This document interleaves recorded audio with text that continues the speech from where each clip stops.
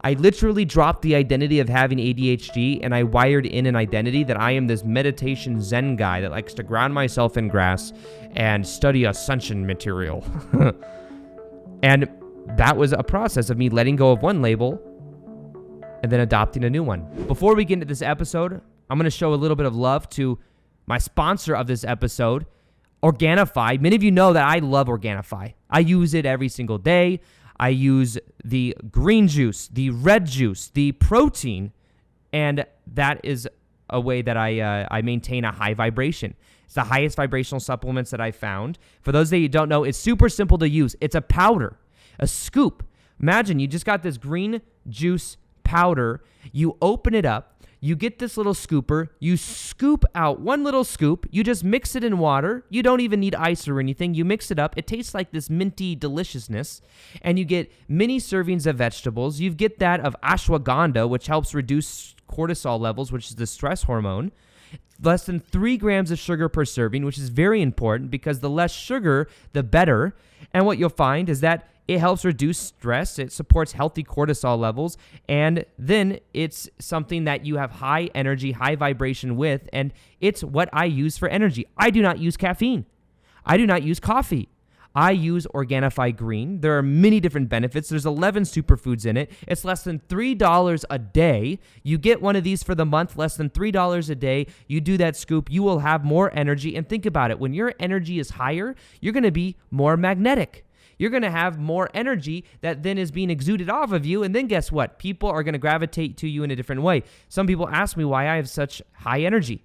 One of the reasons, I don't drink caffeine because I crash on caffeine. But what I do is I drink Organifi green juice, which is amazing. There's 600 milligrams of clinically proven ashwagandha, which is an adaptogen. It's 100% certified organic. It decreases cortisol and stress. And it helps regulate food cravings. It's what I use in the morning before I break my fast. So it's kind of how I break my fast. I do something called intermittent fasting.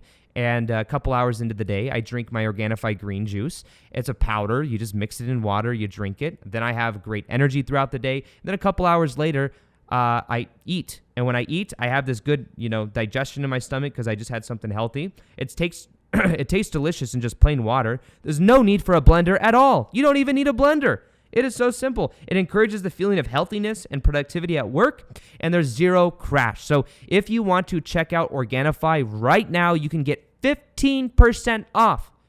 It's already less than $3 a day, but now you get 15% off on top of that. So guess what? That's like $2.65 a day or less or something like that, But anyways, you go to Organifi.com/Aaron. That's ORGANIFI.com/Aaron15, AARON15. Use code Aaron15. Get 15% off any item. The green juice, the protein, the red juice. You just mix it. You don't need a blender for any of this. And you just mix it in water and you drink it. The protein is completely vegan. It's a complete protein. The chocolate is my favorite. The chocolate and the vanilla are both great. I mix it into my smoothies. It is my way of getting protein. I am now going into a bulk mode where I'll be gaining muscle. I've been in a cut mode for 3 months, but I'll be using the Organifi protein even more. But anyways, go to Organifi.com/Aaron15. Use the code Aaron15. Get 15% off, less than $3 a day. You just mix it in, and it's also a way of you supporting the podcast. This is a sponsorship of the podcast. It's something I actually use in my own life, so it's something that I really believe in, but it's a way of you also helping support the podcast as well, so that I keep on rolling and I keep on having episodes like this. So with that being said, let's get into the rest of this episode, right? Meow.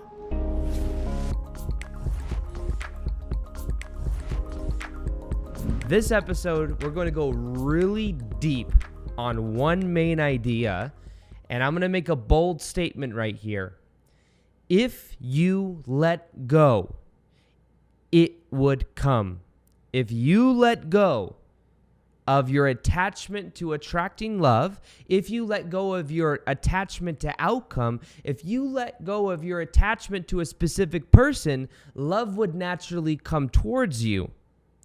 The challenge is that when we are attached to anything, we create resistance. And one of the most insidious beliefs that we have in regards to attachment is we believe subconsciously that if we were to let go of that thing, of the person, of the outcome, of the desire. We believe deep down, if we let go, that we would not attract that love into our life. That's the only reason we continue to hold on. That's the way it works. We hold on to things that we believe are beneficial for us to hold on to. And we believe that if we were to let go of the outcome, let go of the person, let go of the desire, let go of the identity, whatever it is, we believe that if we let it go, then something bad would happen. Now, here's the interesting thing. It's actually the opposite. If we were to let go, we would actually receive it. Because when we let go, we then allow these things to come into our life. When we let go of resistance. And the resistance is the only thing blocking that from coming into our life. So this episode specifically in the connotation of love and how you are literally blocking love from coming into your life because of attachment. And if you simply let go, you would allow it in. And it's a big paradox, but it is so true. I'm going to share with you my journey through this process. I'm going to share with you the different levels of attachment. There is attachment to desire, attachment to a specific person or a person in general. There is attachment to a label / identity. There's attachment to outcome.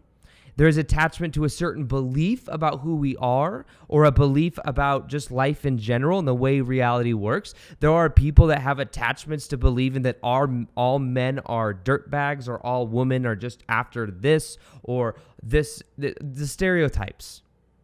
And because we believe this subconsciously sometimes, we attract into our life. I was attached to a belief for a long time that said women try to control and manipulate me.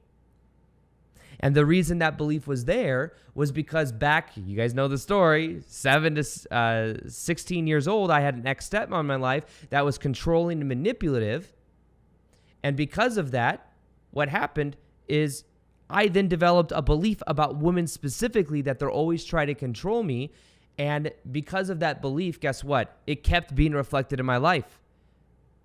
I attracted a first girlfriend long-term girlfriend that I had that was very jealous of me, trying to control me. Broke up with her within 2 weeks, got transferred at Nordstrom's and women's shoes to a better women's shoe department called Salon Shoes, which is designer shoes, better department. However, the manager of that department was the same exact personality as my ex-stepmom.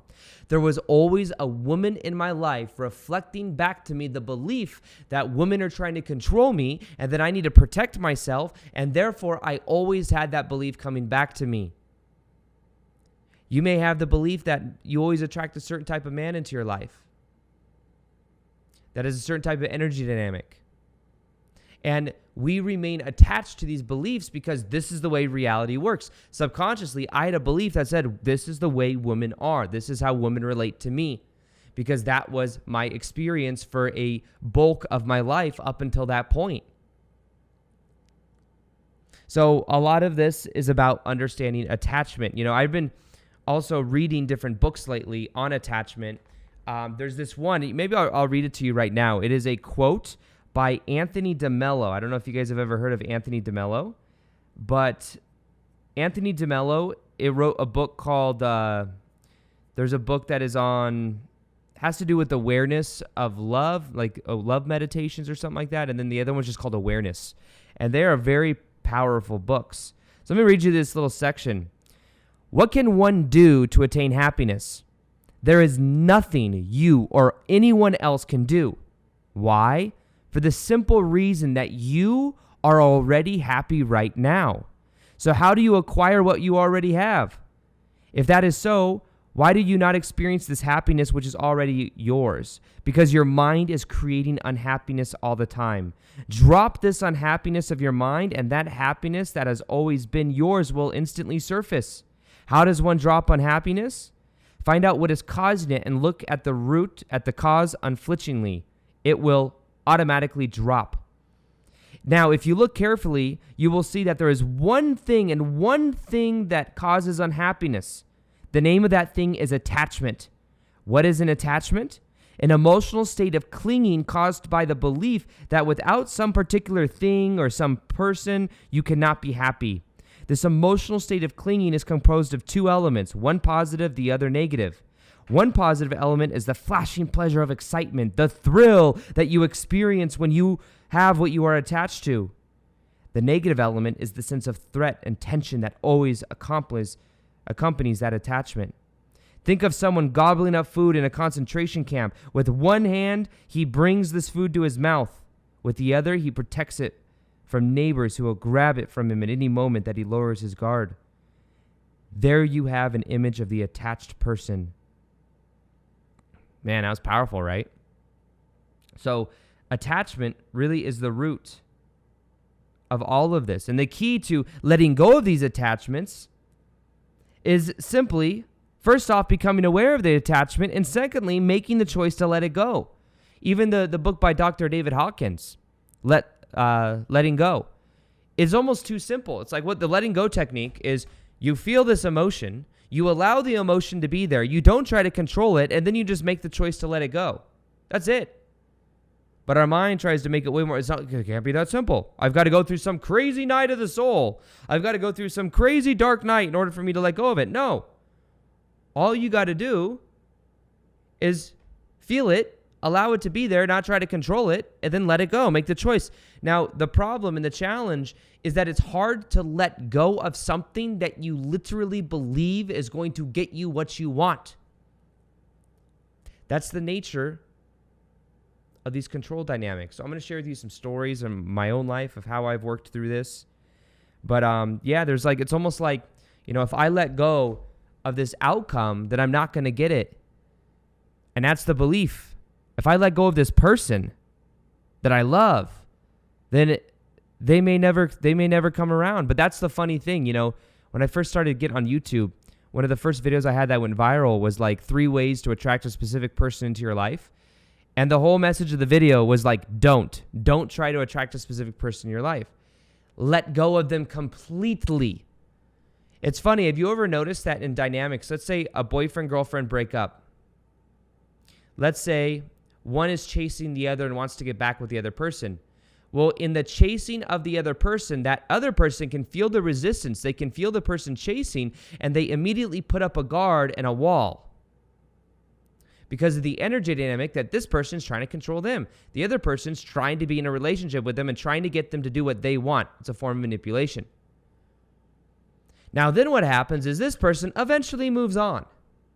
When this person moves on, they let go. And when they let go, this person can then feel the letting go of that. And then this person many times may want to come around, may not, but they may. And they are more likely to come around in the letting go when this person is let go than when this person is attached and trying to control. Now, one of the reasons that is because when we insist or we have a certain expectation, it's a form of almost manipulation and control, and the other person then resists giving what that other person wants. It's just the energy dynamic that goes. If somebody were to buy a very cool shirt and walk around wearing this really cool shirt, one thing they may do is what they then do is they want someone to compliment them on the shirt. They go around waiting, hey, Matt, how's it going? Do you notice anything about my shirt? They're like, yeah, you're wearing a new shirt. Yeah. And it's they're expecting that compliment. And when they're expecting it, they don't actually get it because they're in a way putting off something that says, I want this, which means I lack this, which is the energy dynamic, is that the other person doesn't want to give it to them. Now, this is why we are literally robbing the other person from making the choice to give us the compliment. If we're trying to control love dynamics and attracting someone into our life and we want it to go a certain way, we have a certain expectation, we're literally blocking them from making the choice to choose us. Why? Because we are attached to the outcome and we're trying to control it. They feel that as resistance and they can't give it to us. We're trying to manipulate their decision. When if you would simply let go, if you let go of needing a compliment, if you let go of trying to control someone else to do something, they're going to feel that inner freedom and they're going to want to give you what you want.